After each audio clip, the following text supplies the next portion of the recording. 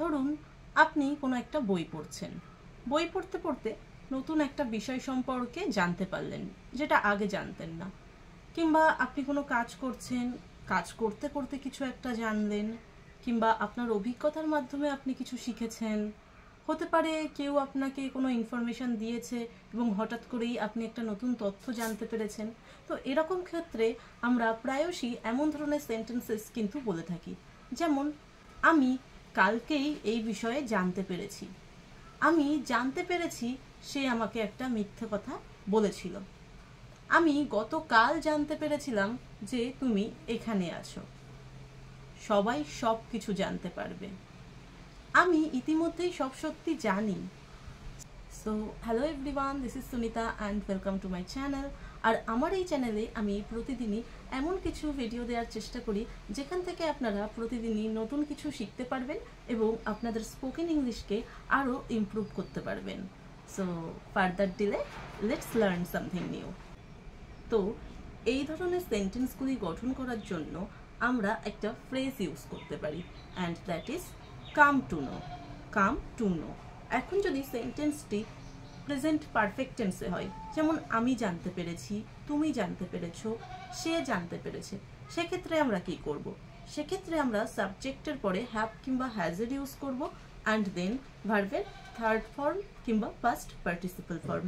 যেমন আমি জানতে পেরেছি, I have come to know. তুমি জানতে পেরেছো, you have come to know. সে জানতে পেরেছে, she has come to know অথবা he has come to know. যদি আমরা পাস্টের কথা বলি, তাহলে আমরা সরাসরি সাবজেক্টের পরে কাম ভার্বের যে পাস্ট ফর্ম আছে সেটা ইউজ করব।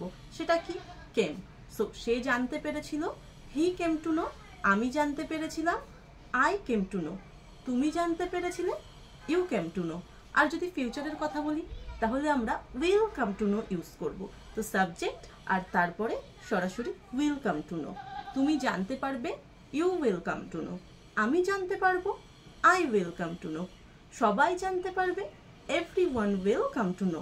ওকে, তো আমরা এই যে স্ট্রাকচারটা, তো এটা দিয়ে শুরু করব, subject and then come to know verb অনুযায়ী যেটা আমি বললাম এতক্ষণে, তো সেটা, অ্যান্ড দেন আমরা চাইলে দ্যাট ইউজ করতে পারি, আর নাইলে সরাসরি সেন্টেন্সের যে বাকি অংশ আছে সেটা ইউজ করতে পারি। যেমন আমি গতকাল সব সত্যি জানতে পেরেছিলাম। So yesterday I came to know all the truth. আমি এইমাত্র জানতে পেরেছি যে তুমি এখানে আছো। I have just come to know that you are here. I have just come to know that you are here. সবাই সব সত্যি জানতে পারবে। Everyone will come to know all the truth. আমরা 3 দিন আগে তোমার বিষয়ে সব জানতে পেরেছি। 3 days ago we came to know all about you. এবার আপনারা বলুন তো, যে আমি এইমাত্র জানতে পেরেছি সে একটা প্রতারক, কিংবা আমি কাল জানতে পারবো কি হতে চলেছে, এই সেন্টেন্সেস দুটির ইংলিশ মিনিং কি? জেনে থাকলে অবশ্যই কমেন্ট বক্সে লিখে জানাবেন, and please do like, share, comment so that I can continue my journey on YouTube. So bye bye everyone.